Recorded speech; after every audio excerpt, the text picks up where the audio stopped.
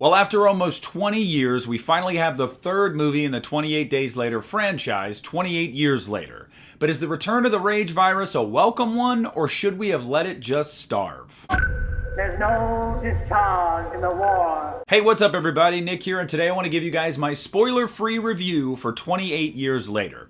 Now, I want to preface this by saying I've never been a huge fan of this series. I remember liking a lot of the themes that the first movie played off of, but I felt like the movie looked like absolute crap. And I know at the time it was kind of revolutionary, but watching it now, it is really hard to watch. 28 weeks later, I remember being a little more fun, but a little less personal. And after rewatching those two movies, I pretty much agree with what I used to think, and I'm not a huge fan. But 28 Years Later really had an impressive marketing machine behind it, and I actually couldn't wait to go see it. Now, the plot of this movie is relatively simple. It's 28 years after the initial outbreak. Great Britain has basically been quarantined entirely, and there is a small island community where everyone has adopted an entirely new way of life. They are shelled off from the infection and the infected, but they go to the mainland every now and then just for shits and gigs or resources. And that's essentially the plot of 28 Years Later, without getting into spoilers. Now, as I always do, I'm going to do my pros first, and then I'm going to get into my cons, because this movie was definitely a mixed bag for me. And first and foremost, the pros, the performances across the board are great. Look, I've never been a huge Aaron Taylor Johnson fan, but I know he has potential. And I've seen him do stuff that I've relatively liked. I even liked him in Kraven the Hunter, even though the movie was kinda not great. But he is really, really good in this movie. I really like him a lot. I just wish we would have gotten more of him. Alfie Williams as Spike is actually a revelation too. This little kid can act, and I'm actually excited to see what he's going to do with his career. Jodie Comer gives a really good performance as Isla, the mother of Spike and Aaron Taylor Johnson's wife, and Ralph Fiennes is again Ralph Fiennes. He's amazing in this movie. I really, really like him, but just like Aaron Taylor Johnson, I wish we would have gotten more of him. Another positive about this movie is just the way that it looks. Now, I'm not going to use the dreaded C word for anybody that wants to get upset, but I will just say it is quite impressive, and it's noticeable because the first two movies are very much not like that at all.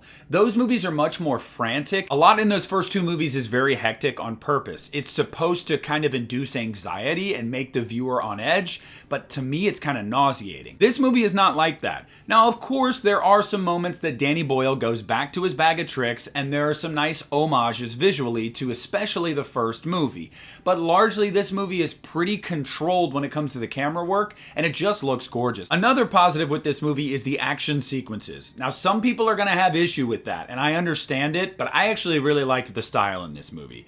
They use a lot of what appears to be bullet time in some of these action sequences, but I actually kind of dug it. I thought it was a throwback, and I don't know, as a kid of the 90s, I was like, oh yeah, this rules. I really liked that. I also felt like in some of those sequences, there was one in particular that had to do with, let's just say, running from something and trying to get to somewhere in time that actually had me on the edge of my seat. And I was like, oh damn, like this is pretty gripping. So I really like how Danny Boyle handled that in this movie. I really think there's some good suspense, there's some good action, just all around a visual treat. And the final positive I really want to touch on here is the themes in this movie. And it plays with a lot, and we'll get into that more in the cons section. But there's a really nice theme in this movie that's overarching, and it's really just about death and accepting death and the fact that we have to die.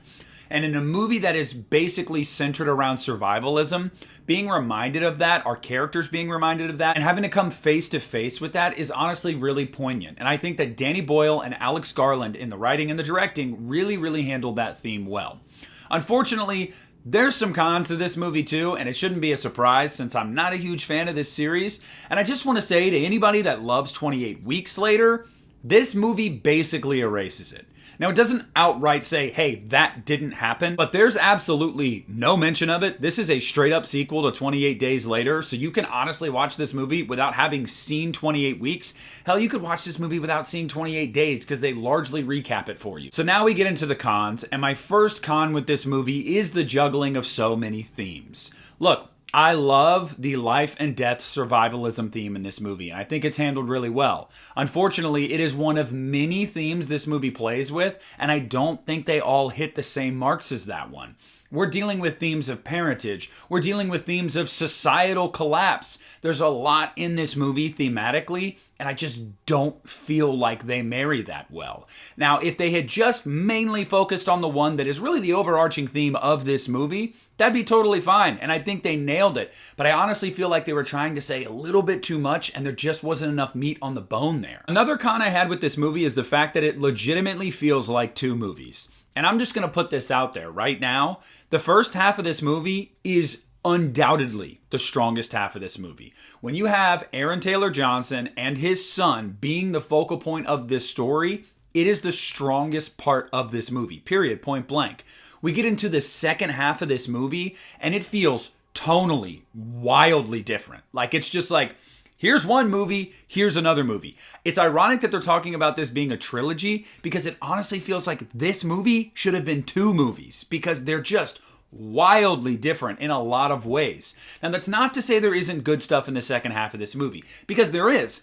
Especially with the resolution of that theme of death and survivalism. But there's a lot in the second half that is really just meandering and seems like almost a waste of time at the end of the day. So while I loved the first half, I felt like the second half was kind of jumbled and meandering, and overall it's just really, really jarring to have two totally different halves of a movie. And then honestly, my biggest con with this movie is really it's just refusal to answer anything and just asking more and more questions. Now, I know this is setting up a new trilogy, but by the third movie in a series, you would hope to get some answers, some explanations. We would be tying certain loose ends together. That is not the case in this movie at all. It is simply asking new things, it is introducing new things, reintroducing things, and by the end of the movie, it doesn't feel like that fulfilling of a watch because you feel like you're walking away with more questions than answers. On top of that, that's not the only thing you walk away from this movie feeling. The ending of this movie tonally makes no sense at all. Like, it was genuinely, I was sitting in the theater watching the ending unfold, and I'm just like trying to gauge the temperature of my theater, and there was people laughing. Like, look, it's a pretty good movie, but that is just like so out there, and maybe it'll make a ton of sense in the sequel.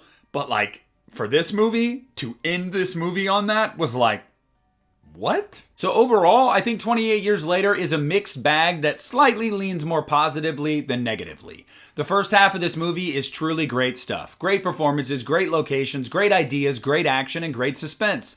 The second half of this movie feels like it's asking more questions than it's actually resolving anything from the first half, and it kind of leaves you wanting more. But the way they handle the back half of this movie makes it feel very anticlimactic when it ends. And then tonally, it's just a massive shift at the end, and you're like, what the hell? Overall, this is, in my opinion, the strongest of the three movies, though. Now, that's not surprising. I haven't been a huge fan of this series. So, I recommend it. I'd give it a thumb up, not 2 thumbs up, and I'd say 3.5 out of 5 stars. But I want to know what you guys thought of it. Have you seen it? Did you like it? Did you hate it? Are you looking forward to it, or could you care less? Whatever it is, sound off in the comment section down below. I want to thank you guys so much for watching this review. Please leave a like on the video, subscribe to the channel if you haven't already. This is Nick at the Lost River Drive-In, and I'm pulling out.